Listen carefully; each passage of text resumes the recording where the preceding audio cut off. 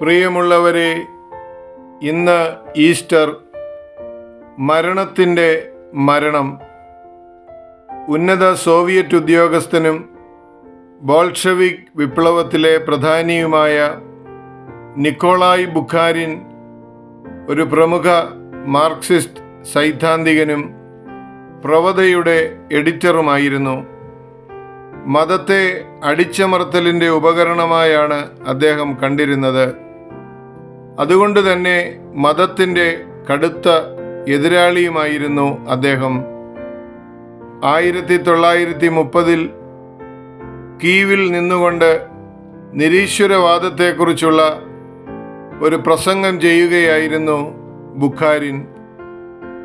ക്രിസ്തു മതത്തെ പരിഹസിച്ചുകൊണ്ടും ക്രിസ്തു വിശ്വാസത്തിനെതിരെ അധിക്ഷേപങ്ങൾ ഉന്നയിച്ചുകൊണ്ടും അദ്ദേഹം തൻ്റെ പ്രസംഗം തുടർന്നു.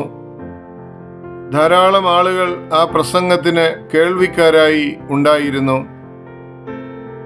അതിലൊരാൾ ആൾക്കൂട്ടത്തിൽ എഴുന്നേറ്റ് നിന്നുകൊണ്ട് യേശു ക്രിസ്തു ഉയർത്തെഴുന്നേറ്റു എന്ന് ഉച്ചത്തിൽ വിളിച്ചു പറഞ്ഞു. ക്ഷണത്തിൽ ജനക്കൂട്ടം മുഴുവനും ഇടിമുഴക്കം പോലെ പ്രതിവചിച്ചു, അവൻ തീർച്ചയായും ഉയർത്തെഴുന്നേറ്റു എന്ന്. ഈ സംഭവം പതിറ്റാണ്ടുകളായി അവിടെ നിലനിന്നിരുന്ന കമ്മ്യൂണിസ്റ്റ് പ്രബോധനങ്ങളെ ധിക്കരിക്കുകയും ക്രിസ്ത്യൻ സമൂഹത്തിൻ്റെ അചഞ്ചലമായ വിശ്വാസം പ്രകടമാക്കുകയും ചെയ്തു. ബുഖാരിൻ്റെ കഥ പുനരുദ്ധാനത്തിൻ്റെ ശക്തിയുടെ ഓർമ്മപ്പെടുത്തലാണ്.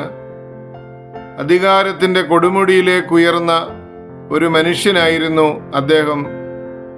പക്ഷേ ക്രിസ്തുവിൻ്റെ പുനരുദ്ധാനത്തിൻ്റെ ശക്തിയെ അടക്കി വയ്ക്കുവാൻ ആത്യന്തികമായി അദ്ദേഹത്തിന് കഴിയുമായിരുന്നില്ല.